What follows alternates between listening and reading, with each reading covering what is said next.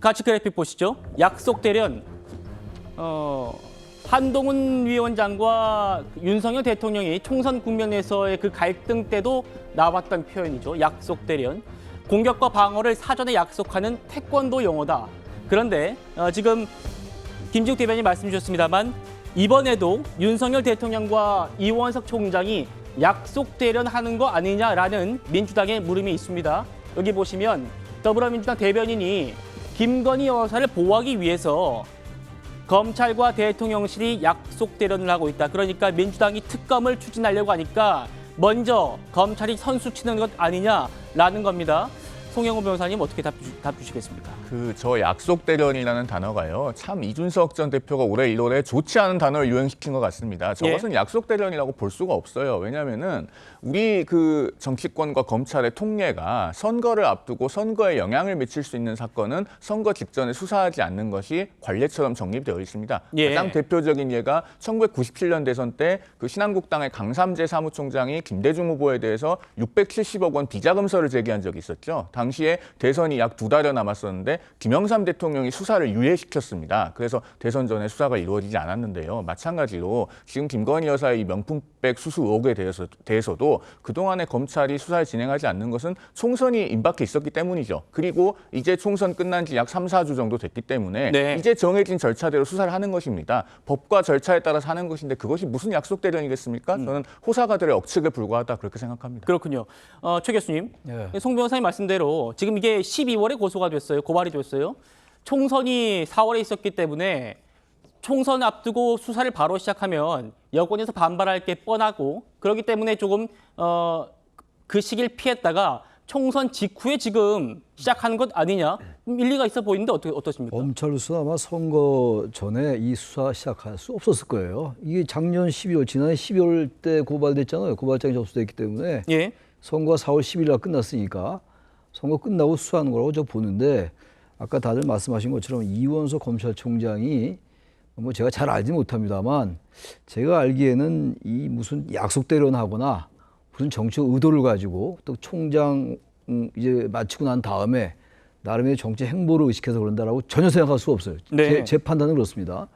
사람 속을 알 수가 없으니까 장담은 못하겠습니다만 그렇게 하지 않을 것 같고 검찰총장으로서 당위 같은 걸 느낄 겁니다 아마. 이 김건희 여사 명품백 의혹 사건 같은 경우가 워낙 지금 이 전국의 핵심 이슈로 돼 있잖아요.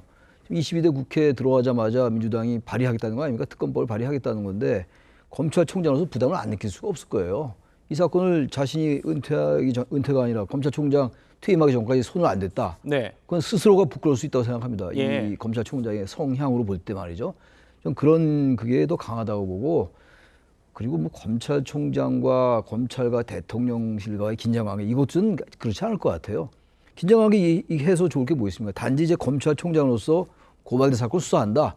거기서 만약에 긴장관계가 생기면 그건 감수할 것이고 그건 여러 가지 정치적 의도와 복선을 가지고 임한다. 이렇게 보기엔 상당히 그런 정황이 별로 없고 그런 이유도 없고 좀 그런 판단이 듭니다. 긴장관계가 아니라는 말씀? 긴장관계일 이유가 별로 없다고 생각해요. 그렇습니까? 그럴 이유도 없고. 이거 한번 그래픽 보시죠. 야당이 지금 이 총장과 대통령실 짜고 치는 것 아니냐라고 하니까 대통령실 언론 보도, 대통령실 관계자 발로 언론 보도에 이런 얘기가 나왔습니다. 검찰의 입장을 모르진 않지만 갑자기 이런 식으로 나오면 이런 식이라는 거는 총선 직후에 이제 이 총장이 검사를 더 투입해가지고 신속하고 정확하게 수사하라 이런 얘기를 한 걸 말하는 거죠. 이런 식으로 나오면은 뒤통수를 맞았다는 느낌이 들지 않을 수 없다. 이런 얘기를 했어요. 제가 검찰 취재할 때요. 김 여사 가족 문제를 처리할 때 이원석 총장이 주변에 이런 말을 했다고 합니다. 기계적인 균형을 지켜라. 그러니까 한창 야권 수사가 많을 때 참모들한테 기계적인 균형을 지켜라라고 했고 이걸 들은 대통령실에서 굉장히 불쾌했다. 이런 얘기도 있었는데 최병목 위원님 어떻습니까? 지금 대통령실에서 이런 얘기가 나와요. 그렇죠. 이제 뒤통수를 맞았다는 거는 그동안에 이원석 검찰총장이 이런 문제와 관련해서 이제 결국은 대통령실의 누군가하고도 전혀 뭐 얘기를 한 적이 없다. 교감을 한 적이 없다. 뭐 이런 걸 의미하는 거 아니겠어요? 그 말을 어디까지 사실이라고 우리가 받아들여야 될지는 뭐 각자 입장에 따라서 조금씩 다를 수 있을 텐데 제 느낌은 저는 그 이원석 검찰총장이 이 수사를 그 신속하게 진행해라라고 했을 때 첫 번째 받은 느낌은 이 검찰로서는 이걸 그냥 넘어갈 수가 없다. 검찰의 명예를 위해서 뭐 이런 느낌을 받았어요. 그러니까 왜 과거에 윤석열 대통령에 대해서 검찰주의자다 뭐 이런 지적이 있었잖아요. 예. 검찰의 이익을 위해서, 검찰의 이익을 지키기 위해서는 여기저기의 외풍을 막아야 한다는 생각을 검찰총장이 많이 가졌을 때 그걸 우리가 검찰주의자라고 흔히 얘기를 하거든요.